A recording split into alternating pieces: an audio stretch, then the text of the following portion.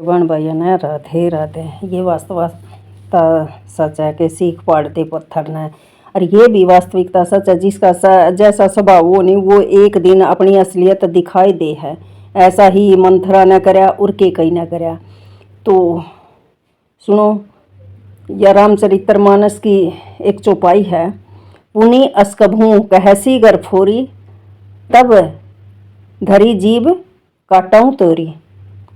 तो उसने केकई ने कहा था, मंत्रा था कि भाई तू हमारा घर पड़वाने की बात क्यों करा है। जब राम का वो अभिषेक हुआ था, राज्याभिषेक, तो मंत्रा ने कहा भाई राजा बन जाएगा राम तो, तेरा व्रत है।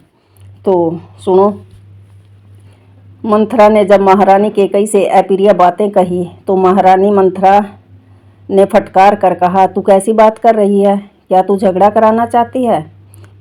फिर उसे सावधान करते हुए यह भी कह दिया, अगर तूने भविष्य में ऐसी बात कही तो मैं तेरी जीभ कटवा दूंगी।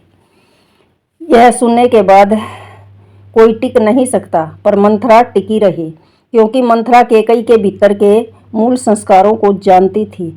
इसलिए जो कुछ केकई की वाणी से निकल रहा है उससे वह जरा भी विचलित नहीं होती। वह तो केकई देश से ही महारानी के साथ आई है और विवाह के मूल में जो संस्कार हैं उससे भी वह भली भांति परिचित है।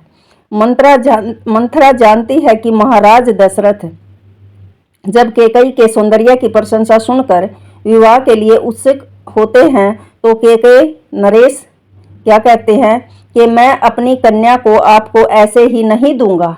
आपको यह वचन देना होगा कि मेरी कन्या के गर्भ से जो पुत्र उत्पन्न होगा अयोध्या का राज्य उसे उसी को मिलेगा।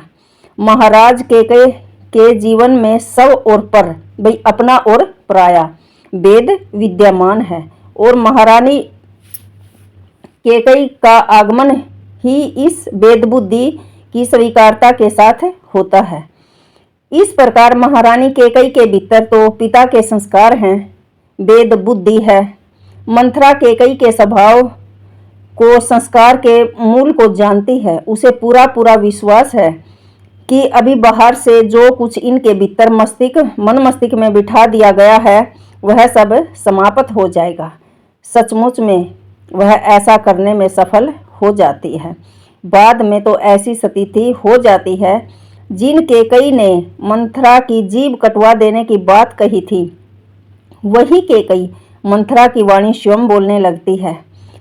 जिस समाचार को सुनकर केकई अत्यंत प्रसन्न हो गई, वह उनमें उससे क्रोध का संचार हो जाता है और वे कोप भवन में जाकर बैठ जाती है। महारानी केकई अपने वस्त्र मंथरा को दे देती है और उसके कपड़े स्वयं पहन लेती है। मनुष्य के मूल संस्कार अवसर पाकर प्रकट हो ही जाते हैं। इस प्रकार कुटिल मंथरा की भी योजना सफल हो जाती है कि राम को वनवास और भरत को राज्य। जिसका जैसा स्वभाव है नहीं वो अपने संस्कार वो दिखा ही देता है।